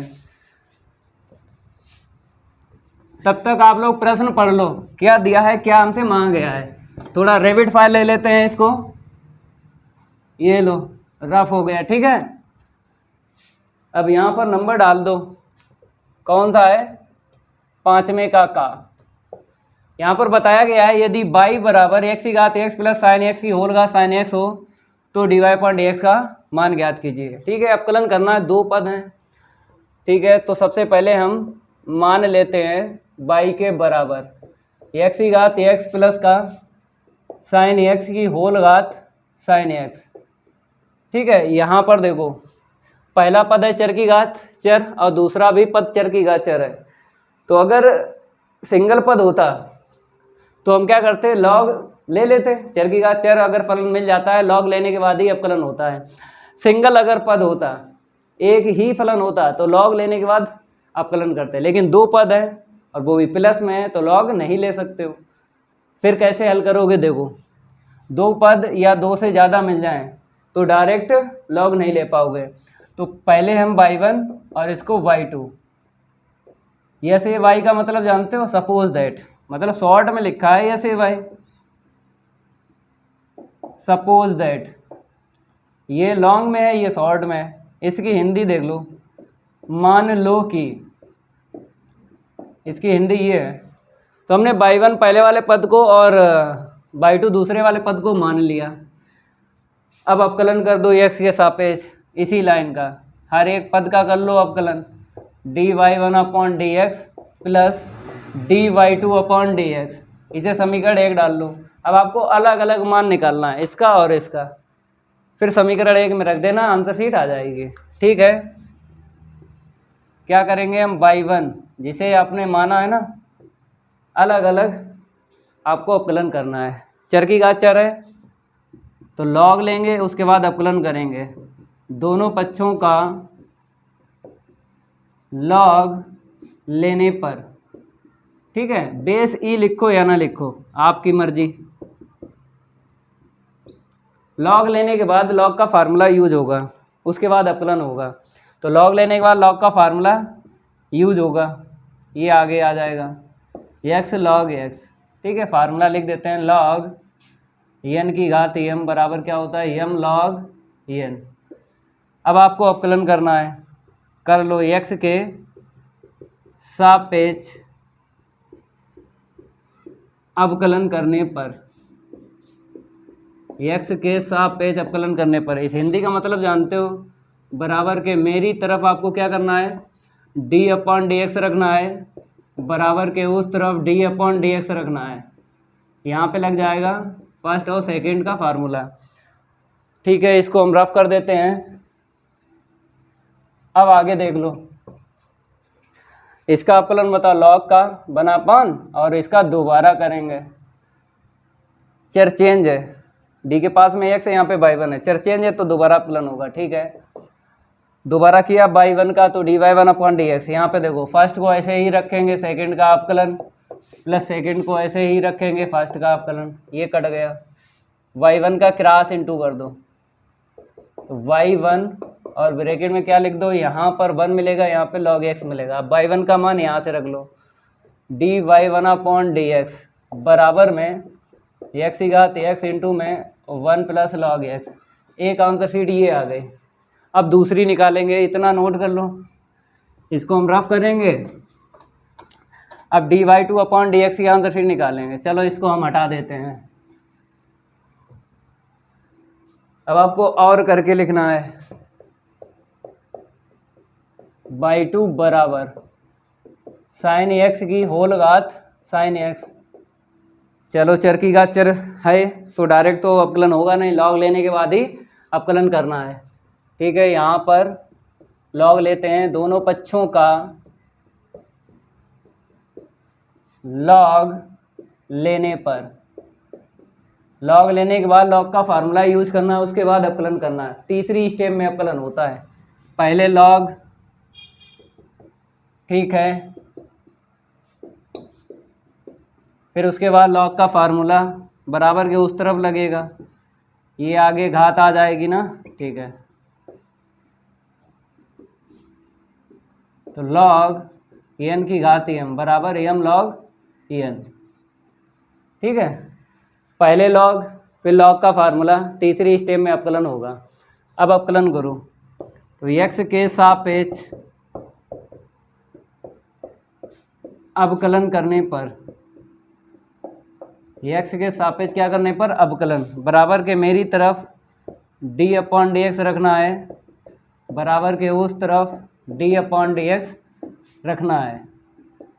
ठीक है, इसे फर्स्ट और इसको सेकंड। यहाँ पर 1/y2, अब इसका दोबारा dy2/dx। फर्स्ट को ऐसे ही रखो, सेकंड का अवकलन लॉग का होता है 1/, अब इसका दोबारा करेंगे साइन का क्या होगा कॉस, ठीक है, प्लस सेकंड को ऐसे ही रखो, फर्स्ट का अवकलन साइन का क्या होगा कॉस।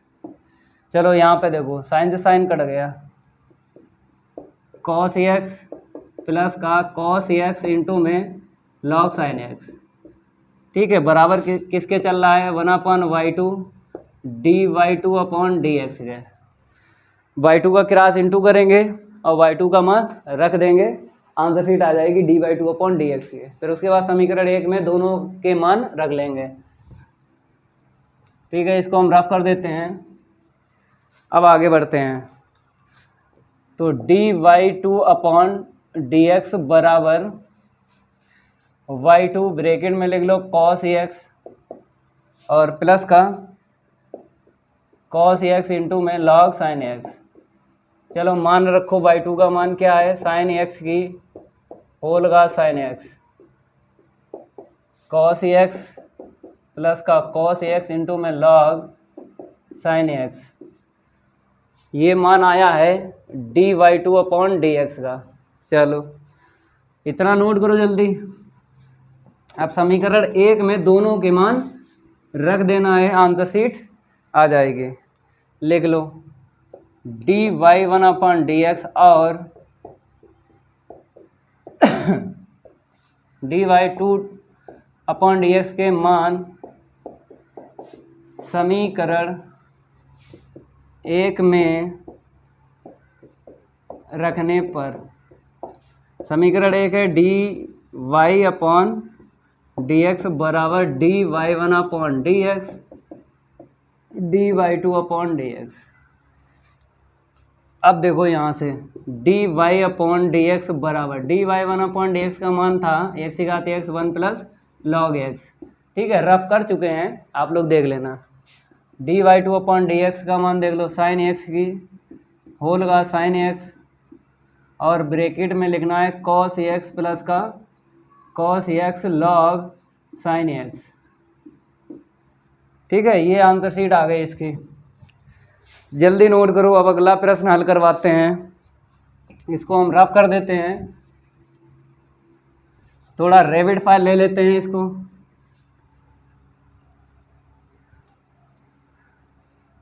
अब देख लो यहाँ पे कौन सा है खा,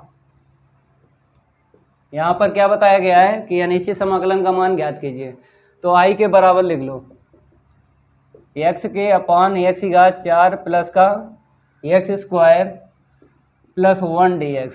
मेरे प्यारे बच्चों, अगर बात करें हम यहाँ पर स्क्वायर कर लेते हैं, यहाँ पर स्क्वायर है, t मान लो ऊपर वाला dt खा लेगा, नीचे वाले को x स्क्वायर को t मानेंगे तो ऊपर वाला मैच हो जाएगा, या फिर दूसरे शब्दों में कहते हैं dt खा लेगा, भूख लगती है उसको, ठीक है। तो थोड़ा सा देख लो यहाँ पे x अपान इसे लिख देते हैं ऐसे, और इसे एटिटिज, इसे भी एटिटिज, ठीक है। अब आपको यहाँ पे लिखना है प्रतिस्थापन विधि से मान लेते हैं एक्स स्क्वायर को t, अवकलन करेंगे 2x मिलेगा dx बराबर dt, तो x dx बराबर dt/2, ये लो मैच हो गया। अब आपको दो मान रखना है, क्योंकि प्रतिस्थापन विधि जब यूज़ करते हैं तो दो मान रखना पड़ते हैं, एक माना है और जो मैचिंग होती है, ठीक है। i बराबर 1/t² प्लस का t प्लस का 1 मान रख दिया, और x dx के स्थान पे dt/2 1/2 आगे लिख लो। अब आपको यहाँ पर द्विघात फलन दिख रहा है, कैसे करोगे समाकलन द्विघात फलन का, यहाँ पर पूर्ण वर्ग विधि आपको यूज करना है, दो पद बनाना है, दोनों पे घाते हैं 2, फिर फार्मूला आपको याद होगा प्रश्नावली 7.4 का, वही यूज कर लेंगे, ठीक है, इतना नोट कर लो। अब इसको हम रफ करेंगे और आगे बढ़ जाते हैं। यहाँ पे लिखना पड़ेगा पूर्ण वर्ग विधि। पूर्ण वर्ग विधि से क्या होता है, पहले तो एक्स स्क्वायर का गुणांक हमें क्या चाहिए 1, एक्स स्क्वायर का गुणांक, यहाँ पे टी स्क्वायर है तो यहाँ पे टी स्क्वायर लिखो। अगर टी स्क्वायर का गुणांक 1 है तो पूर्ण वर्ग विधि यूज हो जाएगी। कैसे देखो, फिर आपको क्या करना है, टी के गुणांक का आधा करना है, टी के गुणांक का आधा, आधा जानते हो ना, गुणांक कितना मिला इसका 1, आधे का मतलब 2 का भाग लगा दो, 1/2 मिला। अब 1/2 का स्क्वायर जोड़ना है और घटाना है, ठीक है, इतना काम करना है। तो आई बराबर 1/1 T square plus T plus 1, 1/2 का स्क्वायर जोड़ेंगे और इतना घटाएंगे, ठीक है। अगर गुणनखंड हो जाते तो हम पहले गुणनखंड करते, आंशिक भिन्न का यूज करके समाकलन कर लेते, लेकिन गुणनखंड नहीं होते हैं द्विघात फलन के, तब आपको पूर्ण वर्ग विधि से आगे बढ़ाना है, ठीक है। चलो आगे बढ़ाते हैं। अब देखो, अगर टी स्क्वायर प्लस का है, एक ट्रिक है आपको समझना है, अगर टी स्क्वायर प्लस का है तो टी के दोनों पदों को जो आपने वर्ग जोड़ा है ना वही देना है। अगर टी स्क्वायर माइनस का होता तो ये वाला देते, मतलब 3 पद पास पास लिखते होल स्क्वायर बनाने के लिए। तो ये ट्रिक है आपको समझना है। अगर टी स्क्वायर प्लस का है तो टी के दोनों पदों को हम जो जोड़ा है ना वर्ग वही देते हैं और होल स्क्वायर बना लेते हैं। आई बराबर 1/2, देखो पहले हम पास पास लिखते हैं, पहले हम क्या करते हैं, पास पास लिख लेते हैं ऐसे करके, ए स्क्वायर बी स्क्वायर 2ab बन गया, यहाँ पे प्लस का 1 है, यहाँ पे -1/4 मिल जाएगा, 1/2 का स्क्वायर 1/4, ठीक है। तो आई बराबर 1/2, यहाँ पे बन गया फार्मूला, ये लो बन गया, यहाँ पर 4 एकम 4, 3/4 मिलेगा। इस पे घाते 2 हैं, इस पे और बना लो, 3 जो है कोई संख्या तो ऐसी है नहीं जिसका हम वर्ग कर दें 3 मिल जाए, नहीं है, तो इसे रूट में ले लेना, और 4 जो है 2 का स्क्वायर मिल जाएगा, तो मतलब √3/2 का होल स्क्वायर लिख देना, फिर उसके बाद फार्मूला यूज होगा। चलो इसको हम रफ कर देते हैं और आगे बढ़ जाते हैं। तो देख लो इसके आगे, आई बराबर 1/2 1/t प्लस 1/2 का होल स्क्वायर प्लस, यहाँ पे क्या लिखना है, √3/2 का होल स्क्वायर। अब फार्मूला बताओ कौन सा लगेगा, बताते हैं। प्रश्नावली 7.4 में आपने याद किया था फार्मूला, बता देते हैं अगर ना याद हो। देख लो यहाँ पे dx/a² plus x² 1/a tan inverse x/a plus c, ये फार्मूला यूज होगा, ठीक है। इस फार्मूले का यूज करोगे और समाकलन हो जाएगा। यहाँ पर a का मान कितना है, √3/2, ठीक है। तो i बराबर 1/2 ऐसे ही लिखो, 1/a, यहाँ से लिख लो √3/2 tan इनवर्स x/a, यहाँ पर t प्लस 1/2a √3/2, और यहाँ पर आपको चर चेंज दिख रहा है तो अपान में अपकलन करना है, ठीक है। t का 1 हो जाएगा और 1/2 का 0, इतना ध्यान रखना है। समाकलन में अपकलन होता है अपान में, जब चर चेंज मिल जाए। तो d के पास में t है, यहाँ पे आपको क्या दिख रहा है, d के पास में t है, यहाँ पे t प्लस 1/2, जब चर मैच करते हैं तो यहाँ से मैच करते हैं, d के पास में t है और यहाँ पे t प्लस 1/2, t और t प्लस 1/2 चर चेंज है तो दोबारा अपकलन होगा।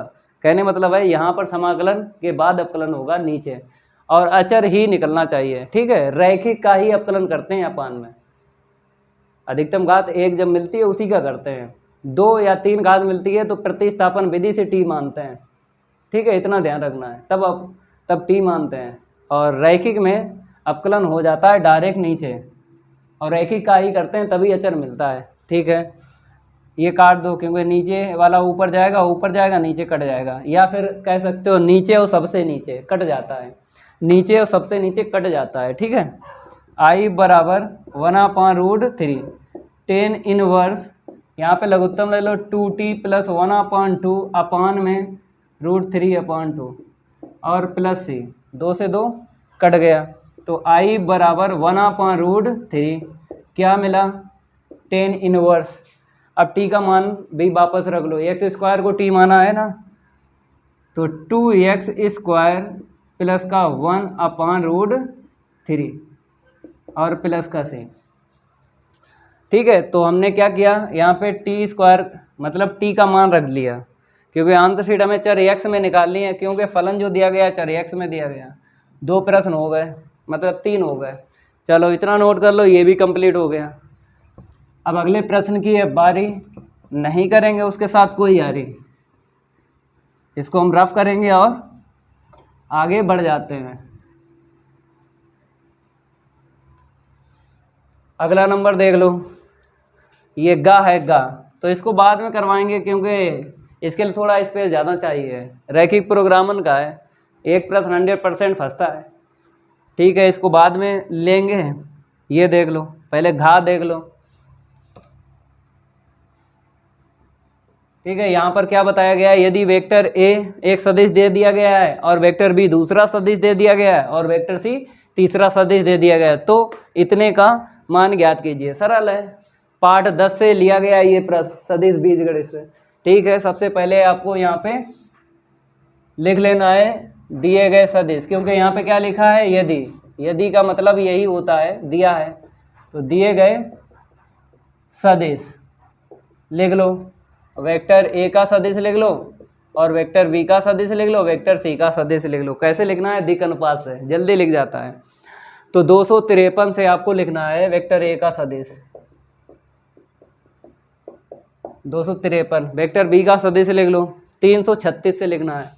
336 से आपको सदिश लिख लेना है। ठीक है, अब वेक्टर बी का सदिश देख लो, दिक् अनुपात से आपको लिख लेना है। 274 से सदिश लिख लेना है। ठीक है, अब आपको vector A minus vector B का मान निकालना है, फिर उसके बाद में vector C minus vector A का मान निकालना है, फिर उसके बाद में आपको किरास इन दोनों सदिश का कर लेना है, मान ज्ञात हो जाएगा। ठीक है, vector A minus vector B का मान निकालो, घटाओ, ए में से बी को घटाओगे तो घटाओगे माइनस का आई कैप मिलेगा, घटाओगे प्लस का 2j कैप मिलेगा, घटाओगे माइनस का 3k कैप मिलेगा। इसके बाद में आपको vector C minus vector A का मान निकालना है, घटा लो सी में से ए को, तो यहाँ से 0i कैप मिलेगा, यहाँ से प्लस का 2j कैप मिलेगा, यहाँ से कितना मिलेगा, प्लस का k कैप मिलेगा। ठीक है, अब यहाँ पे आपको नाव लिखना है, vector A minus vector B का किरास करना है vector C minus vector A के साथ, बराबर किरास में क्या होता है, टेबल बनती है। ठीक है, I cap J cap K cap. Vector A minus vector B के दिक् अनुपात दूसरी सदिश में लिखना है, कितना है, माइनस का 1 2 माइनस का 3। फिर इसके बाद में तीसरी पंक्ति में vector C minus vector A के दिक् अनुपात लिख लेना है 0 2 1। अब आपको प्रसार करना है, जिस पंक्ति या जिस स्तंभ में आपको आई cap J cap K cap दिख जाए उसी के सापेक्ष आपको प्रसार करना है। तो पहली पंक्ति में हमको दिख रहे हैं आई cap J cap K cap. ठीक है, तो पहली पंक्ति के सापेक्ष ही आपको प्रसार करना है, तो यहाँ पे लिखना पड़ेगा R1 के सापेक्ष प्रसार करने पर। ठीक है, vector A minus vector B cross vector C minus vector A बराबर आई कैप उठा लो। अब आई कैप की पंक्ति और स्तंभ छुपा लो, इसका इसमें इंटू करोगे तो 2 मिलेगा, इसका इसमें इंटू करोगे माइनस मिलेगा 6, प्लस का हो जाएगा। ठीक है, अब इसको उठाना है। ठीक है, माइनस का जे कैप हो गया, इसकी पंक्ति इसका स्तंभ छुपा लो, इसका इसमें इंटू करेंगे -1 मिलेगा, माइनस के बाद में जब इसका इसमें इंटू किया तो माइनस का 1 मिलेगा, इसका इसमें इंटू करोगे 0 मिलेगा। ठीक है, अब आपको के कैप उठा लेना है, उठा लिया ना के कैप की पंक्ति और स्तंभ छुपा लो, इसका इसमें इंटू करोगे माइनस का 2 मिलेगा, माइनस के बाद में इसका इसमें इंटू करोगे 0 मिलेगा। ठीक है, तो कितना आया यहाँ पे 8 आई कैप, और यहाँ पे देखो माइनस का 1 माइनस माइनस प्लस का जे कैप मिल गया, यहाँ से कितना मिलेगा माइनस का 2k कैप। ठीक है, स्पेस इतना नहीं है, आपको देख लेना है। तो ये कंप्लीट हो गया प्रश्न नंबर, ठीक है। अगला प्रश्न जो है हल करवाते हैं। इतना नोट कर लो जल्दी, इसको हम रफ कर देते हैं। अब आपको अगला प्रश्न देख लेना है। अगले प्रश्न की ये बारी, नहीं करेंगे उसके साथ कोई यारी। यहाँ पे नंबर चेंज कर देते हैं, कौन सा है, अड़ा। यहाँ पर देख लो क्या बताया गया है, समतलों पहला और तथा दूसरा की प्रतिच्छेदन रेखा तथा बिंदु इतने से जाने वाले समतल का सदिश समीकरण ज्ञात कीजिए। अगर प्रश्न में आपको लिखा हुआ मिल जाए प्रतिच्छेदन रेखा और समतल का समीकरण पूछ ले, तो आपको कैसे लिखना होता है हम आपको बताते हैं। पहला समतल, मेरे प्यारे बच्चों, पहला समतल, फिर दूसरे ब्रैकेट में दूसरा समतल और बीच में प्लस लेना है। लेमडा का n2 आपको करना दूसरे समतल में और बराबर 0 लिख देना है। तो ये फॉर्म है लिखने की, ठीक है। और लेमडा का मान निकालने के लिए कुछ ना कुछ ऐसा प्रश्न में दे दिया जाएगा जिससे लेमडा का मान निकल आएगा। ये दे दिया गया बिंदु 1 कहाँ 1 कहाँ 1, इसी से लेमडा का मान निकल आएगा। तो सबसे पहले आपको क्या लिखना है, यही फॉर्म लिख देना है, समतल का समीकरण, समतल का समीकरण डायरेक्ट लिख लो। पहला समतल यहाँ से उठा लो, ठीक है। Vector R dot I cap plus का जे कैप प्लस का के कैप, ठीक है। और बराबर 6 है, 0 करके आपको लिखना है। तो माइनस का 6 और प्लस का लेमडा। अब दूसरा जो समतल का समीकरण है वो भी लिख लो, वेक्टर आर डॉट दिक् अनुपात से सदिश लिखना है, 234 से लिख लेना है, 234 से आपको सदिश लिख लेना है। और बराबर में -5 है, इस तरफ लाएंगे प्लस का 5 हो जाएगा और बराबर में आपको लिख देना है 0, ठीक है। अब यहाँ पर वेक्टर आर 2 दफ़े है, कॉमन ले लो एक बार, आई कैप 2 बार है, ठीक है। कॉमन ले लो, क्या बचेगा, यहाँ से 1, यहाँ से लेमडा का इंटू कर लो, प्लस का 2 लेमडा, ठीक है। ऐसे ही आपको जे कैप का पद लिखना है, ऐसे ही आपको के कैप का पद लिखना है। जे कैप कॉमन चला गया, यहाँ से 1 मिला, यहाँ से कॉमन चला गया, 3 का गुणा इसमें करेंगे तो कितना मिलेगा, 3 लेमडा। अब जे कैप देख लो, यहाँ से चला गया 1 मिला, यहाँ से चला गया 4 मिला, लेकिन लेमडा का इंटू करके आपको लिखना है, ठीक है। अब बराबर में 6 को उस तरफ लेके जाओगे प्लस का हो जाएगा, 5 को उस तरफ लेके जाओगे माइनस का 5 हो जाएगा, लेकिन लेमडा जो है अपने साथ लेके जाएगा, तो माइनस का 5 लेमडा, इसे समीकरण 1 डालो, ठीक है। अब यहाँ से क्या करना है, लेमडा का मान निकालना है। लेमडा का मान जब पता चल जाएगा इसी में रख देंगे, समतल का सदिश रूप में समीकरण ज्ञात हो जाएगा। तो मेरे प्यारे बच्चों ये बिंदु है, ठीक है। इस बिंदु को कैसे लिखेंगे आपको समझना है। देख लो यहाँ पे समतल एक बिंदु, समतल एक बिंदु इतने से होकर जाता है, होकर जाता है, दैट इज, इसी को आप वेक्टर आर ले लो। इतना ध्यान रखना है, लेमडा का मान तभी निकलेगा जब एक सदिश ये है और वेक्टर आर का एक सदिश मिल जाए, अदिश गुणन कर लेंगे लेमडा का मान निकल आएगा। तो बिंदु से होकर जाता है समतल एक, जो समीकरण 1 डाला है, इसी से आपको सदिश बना लेना है, क्योंकि बिंदु से सदिश बनाते हैं और सदिश से बिंदु बनाते हैं, ठीक है। आई कैप फिर 1 है, 1 मतलब जे कैप, फिर 1 है मतलब के कैप, ठीक है। अब आपको सदिश यहाँ पे रख देना है, I cap plus J cap plus का के कैप, ठीक है, डॉट। इसको हम रफ कर देते हैं और आगे बढ़ाते हैं, ठीक है। मजला ब्रैकेट फिर 1 प्लस का 2 लेमडा आई कैप प्लस, यहाँ से देख लो 1 प्लस का 3 लेमडा जे कैप प्लस 1 प्लस का 4 लेमडा के कैप, 1 प्लस का 2 लेमडा, 1 प्लस का 3 लेमडा, 1 प्लस का 4 लेमडा के कैप, बराबर कितना है 6 माइनस का 5 लेमडा, ठीक है। अदिश गुणन करोगे, इसका दिक् अनुपात इसका दिक् अनुपात, तो कितना मिलेगा, इतना मिलेगा, ठीक है। फिर यहाँ पे 1, यहाँ पे इतना, तो कितना मिलेगा 1 प्लस का 3 लेमडा। फिर लास्ट वाले के साथ अदिश गुणन करोगे 1 प्लस का 4 लेमडा बराबर 6 माइनस का 5 लेमडा। ठीक है, अब देखो आपको क्या करना, 1 यहाँ से उठाना, 1 यहाँ से उठाना, 1 यहाँ से उठाना। ठीक है, लेमडा कॉमन ले लो, तो यहाँ से 2 मिला, यहाँ से कितना मिला 3, यहाँ से कितना मिला 4 बराबर 6 माइनस का 5 लेमडा। ठीक है, तो यहाँ से 3 मिला, यहाँ से देखो 3 2 5, 5 4 9, ठीक है, बराबर 6 माइनस का 5 लेमडा। अब लेमडा वाले एक तरफ कर लो और जिसमें लेमडा नहीं है उन पद को एक तरफ कर लो पक्षांतर करके। ठीक है, इसको हम रफ कर देते हैं और आगे बढ़ते हैं।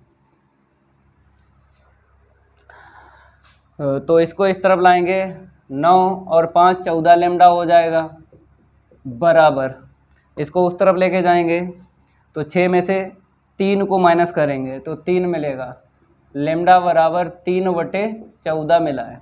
अब लेमडा का मान उठा के समीकरण 1 में रख दो, लेमडा का मान समीकरण 1 में रखने पर, समीकरण 1 में रखने पर, ठीक है, समतल का समीकरण ज्ञात हो जाएगा। इतना नोट कर लो, इसको हम रफ कर देते हैं और आगे बढ़ते हैं। ठीक है, इतना तो आपने नोट कर लिया होगा। ठीक है, अब जहाँ जहाँ लेमडा है रख दो, तो जब रखोगे कितना होगा 6/14, 2 का गुणा कर दिया। ठीक है, 1 प्लस का 3 का गुणा करो, 3 त्रिका 9/14। अब देखो 1 प्लस का 4 3 12/14, ठीक है, के कैप। अब बराबर में 6 माइनस 5 का गुणा कर लो, 15/14। ठीक है, यहाँ से लघुत्तम ले लो 14, तो 20 मिल जाएगा। ठीक है, यहाँ से कितना मिलेगा, डायरेक्ट प्लस कर लो, 23 मिलेगा। ठीक है ना, 14 यहाँ से 6 ले लो, 20 हुआ, 6 और 3 23। ठीक है, यहाँ से जे कैप मिल गया। अब इसके बाद में आपको यहाँ पर देखो जोड़ लो, कितना मिला, 4 2 6 हो गया। ठीक है, 2/14 के कैप बराबर में लघुत्तम ले लो 14, 84 मिलेगा ना, 6 चौक 24, 6 एकम 6 2 8। ठीक है, 14 84। अब यहाँ से लिख लो, लघुत्तम ले लो, कितना मिला 14, तो 20 आई कैप प्लस का 23 जे कैप प्लस का 26 के कैप बराबर में घटा लो, 4 में से 5 जाएगा नहीं, हासिल लेके घटाओ, 14 में से 5 गया 9 मिलेगा।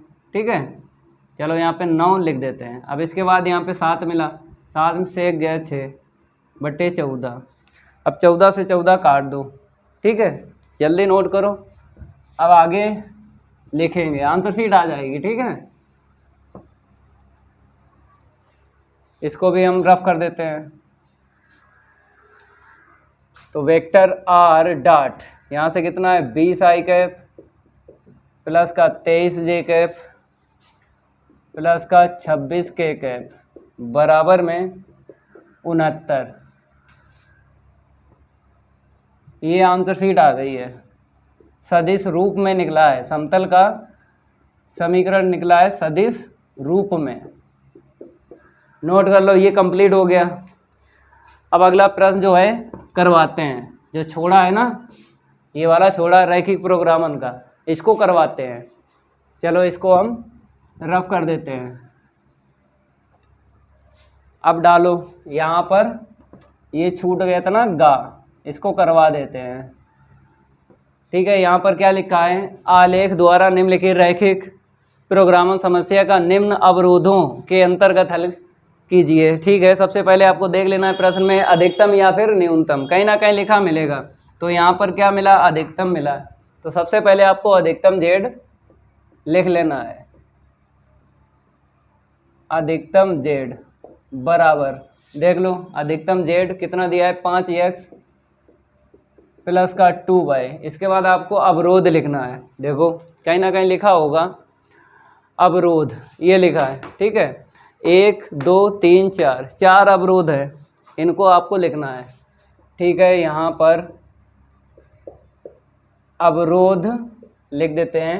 पहला देख लो अवरोध, x प्लस का y लेस देन इक्वल 40। दूसरा अवरोध लिख लो 2x प्लस का y लेस देन 70।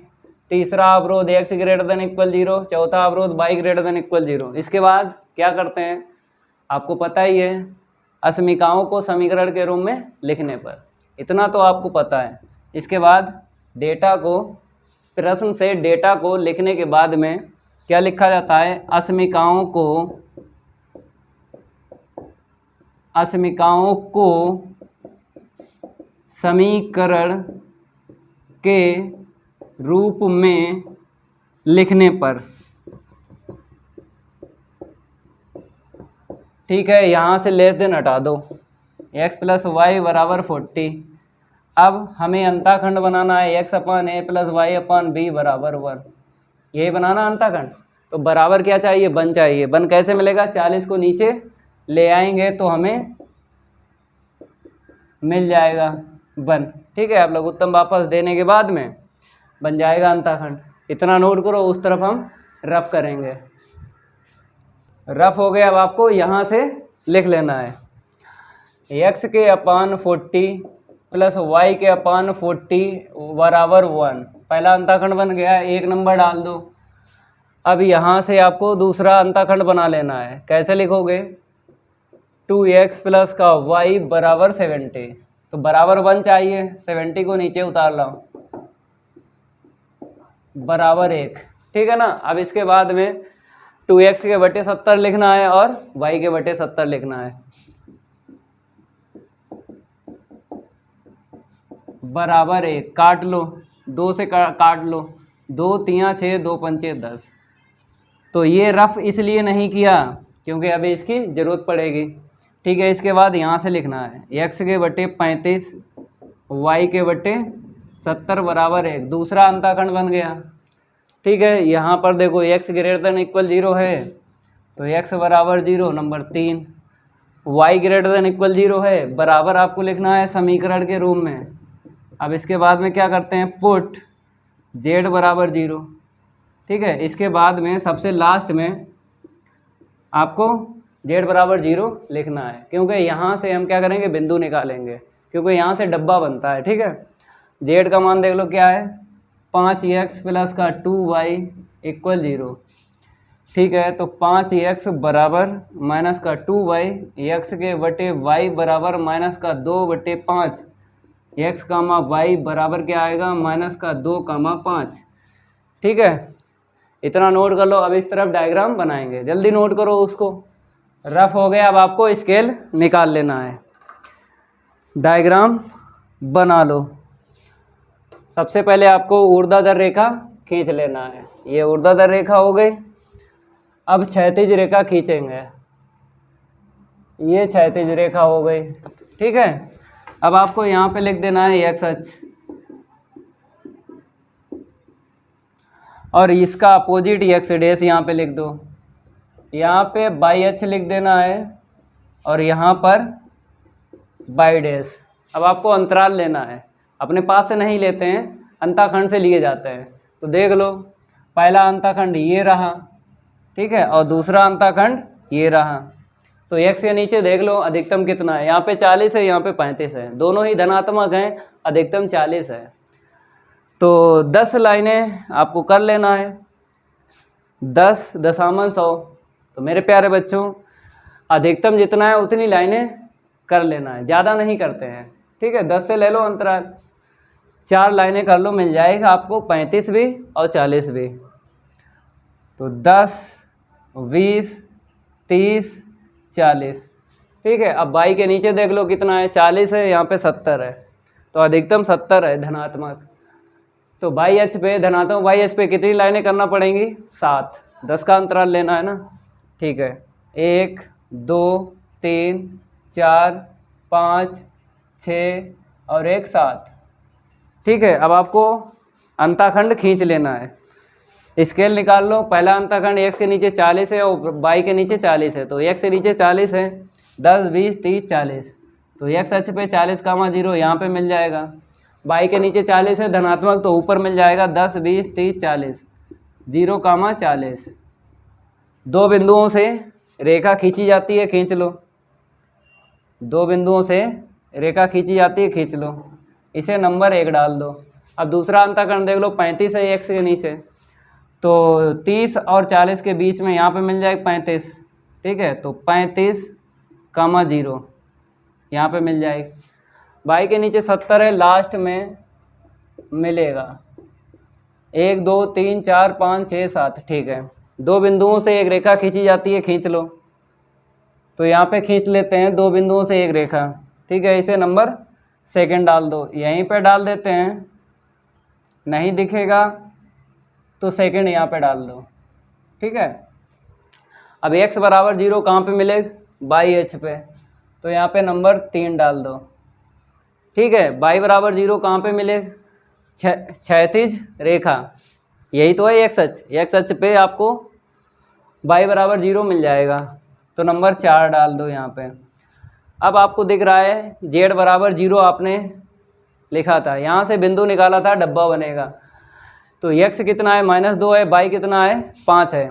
तो हमने पिछली कई क्लास में आपको बताया था कि बिंदु का अलग सिस्टम होता है, उसको अलग से गिनना है। चाहे अंतराल आप 5 से ले लो, चाहे 10 से ले लो, जो अंतराल लिया है इसी को अगर यूज करोगे बिंदु में तो 1 2 3 करके ही गिनना, ठीक है। जो अंतराल आपने 10 से लिया है, जब बिंदु की बात करेंगे 10 से अंतराल जो लिया है उसको 1 2 3 करके ही आपको गिनना है, इतना ध्यान रखना है। या फिर इस बिंदु का अलग अंतराल ले लो, छोटा डब्बा बना लो। अगर ये अंतराल यूज किया तो बड़ा डब्बा बनाना पड़ेगा, तो चाहे छोटा डब्बा बनाओ चाहे बड़ा, आंसर शीट में अंतर नहीं पड़ता है। तो इसका अंतराल हम अलग ले लेते हैं, मतलब इसको डिवाइड कर लेते हैं दो में, ठीक है। और वैसे आंसर शीट तो इसी से निकलेगी, अंतःखंड से जो अंतराल लिया है इसी से निकलेगी। ये हमने इसलिए बिंदु के लिए ये कर लिया, ठीक है। तो देख लो इतनी दूरी पे ले लो, x का मान -2 है, y का मान 5 है, 1 2 3 4 5, ठीक है, 1 2 3 4 5। चलो भाई डब्बा बना लो, ये डब्बा बन गया, ठीक है। अब आपको यहाँ पे लिख देना है -2,5।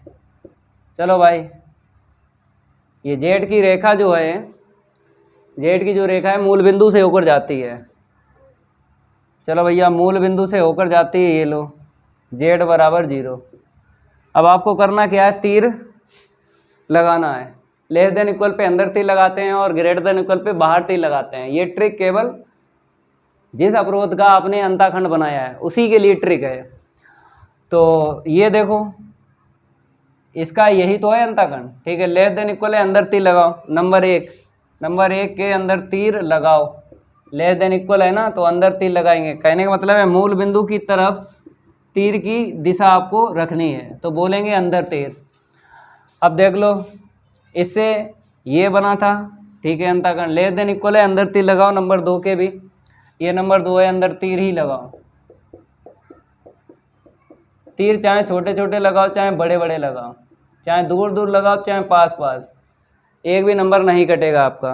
x बराबर 0 यहाँ से आपने लिखा था, तो इसके लिए ट्रिक नहीं है, ना इसके लिए ना इसके लिए। आपको समझना पड़ेगा कि तीर की दिशा किस तरफ रखनी है।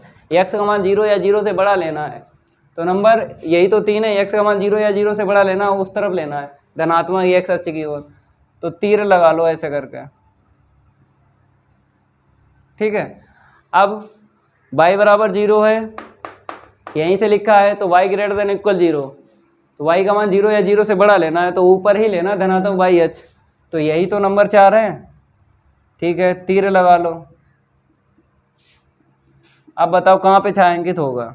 जहाँ पे सारे के सारे तीर मिल जाते हैं वहीं पे छायांकित होता है, तो यहाँ पर ये होगा छायांकित। और दूसरा तरीका अगर सीख लो, आपके पास 2-3 पटरी होना चाहिए, तो दूसरा तरीका ज़्यादा बेटर है, क्योंकि उससे गलती नहीं होती है छायांकित जब करते हैं। देखो पहली पटरी यहाँ पे रख लो। इसने क्या बोला, पीछे छायांकित नहीं होगा आगे होगा। एक पटरी यहाँ पे रख लो।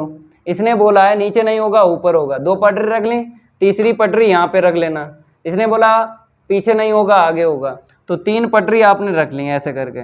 फिर एक पटरी यहाँ पे रख लो। इसने क्या बोला, पीछे नहीं होगा आगे होगा, तो सारी पटरी रख ली, तो यही तो छायांकित होगा, ये वाला पोर्शन। ठीक है, तो ऐसे करके कर लिया करो छायांकित। ये सरल तरीका है ज़्यादा, या फिर जहाँ पे सारे के सारे तीर मिल जाते हैं वहीं पे छायांकित होता है। आपकी मर्जी है, चाहे जैसे छायांकित करो। ठीक है, तो यहाँ पर हम छायांकित कर देते हैं। और छायांकित के नाम होते हैं, एक होता है सुसंगत क्षेत्र परिबद्ध है और एक होता है सुसंगत क्षेत्र अपरिबद्ध है। अगर बाउंडेड है तो परिबद्ध बोलते हैं। तो ये रेखाओं से घिरा हुआ है, रेखाओं से क्या है, घिरा हुआ है, तो बोलेंगे परिबद्ध।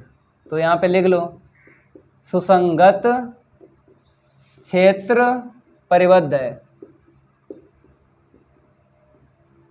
परिबद्ध का मतलब क्या होता है, बाउंडेड होता है।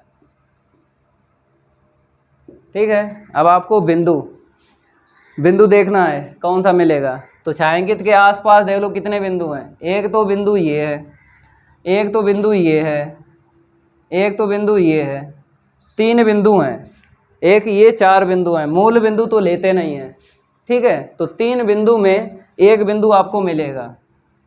3 बिंदु में एक बिंदु मिलेगा, उसको बोलेंगे अधिकतम बिंदु। क्योंकि स्टार्टिंग में आपने यहाँ पे क्या लिखा था, अधिकतम जेड लिखा था, तो अधिकतम बिंदु आपको यहाँ से प्राप्त करना है। ठीक है, इसको हम रफ कर देते हैं और यहाँ पर आपको लिख लेना है अधिकतम बिंदु। यहाँ पे क्या लिखना है, अधिकतम बिंदु। अब बताते हैं कि कैसे आपको अधिकतम बिंदु मिलेगा। फिर आपको पटरी उठा लेना है और पटरी उठाने के बाद जेड की रेखा ये है, इस पर रख लो पटरी। मेरे प्यारे बच्चों, जेड की जो रेखा है ना, इस पर रख लो पटरी। अब आगे खिसकाएंगे, जो सबसे बाद में बिंदु मिलेगा उसी को बोलेंगे अधिकतम बिंदु। सबसे बाद में कौन सा बिंदु मिला, ये मिला। ठीक है, ये वाला सबसे बाद में बिंदु मिला, देख लो। आगे बढ़ाते हैं, देखो आगे बढ़ाओ, सबसे बाद में बिंदु ये मिला। ठीक है, तो समांतर रेखा खींच लो, जेड के समांतर रेखा खींच लो। इससे ये पता लग जाता है जेड की रेखा से ये कितनी दूरी पर है बिंदु, अधिकतम बिंदु। ये मिला 35,0। क्या मिला, 35,0। तो x बराबर 35 हो गया और y बराबर 0 हो गया। अब x और y का मान किस में रख देना है, अधिकतम जेड की आंसर शीट में, तो उत्तर पता चल जाएगा। ठीक है, अधिकतम जेड बराबर, यहाँ से देख लो रफ नहीं किया था, कितना है 5x प्लस का 2y, 5x प्लस का 2y मान रखो। 5x का मान 35, y का मान 0।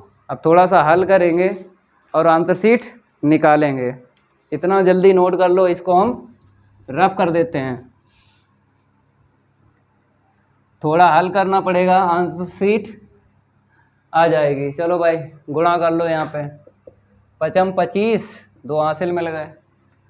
5 25 2 हासिल मिले, 5 15, 2 17, यहाँ पे 0 मिलेगा। ठीक है, तो आंसर शीट कितनी आ गई यहाँ पे, 175। अब आपको क्या करना है, नोट कर लेना है। यहाँ पर सेट 3 के प्रश्न 5 तक कंप्लीट करवा दिए हैं। अब अगली क्लास में हम लाएंगे इसके आगे के प्रश्न और हल करवाएंगे। अगर ये मेरी क्लास अच्छी लगी हो तो वीडियो को लाइक कर देना है और इस वीडियो को ज़्यादा से ज़्यादा शेयर कर देना अपने फ्रेंड सर्किल में। मिलते हैं अगली क्लास में, आज के लिए इतना ही काफ़ी है। धन्यवाद।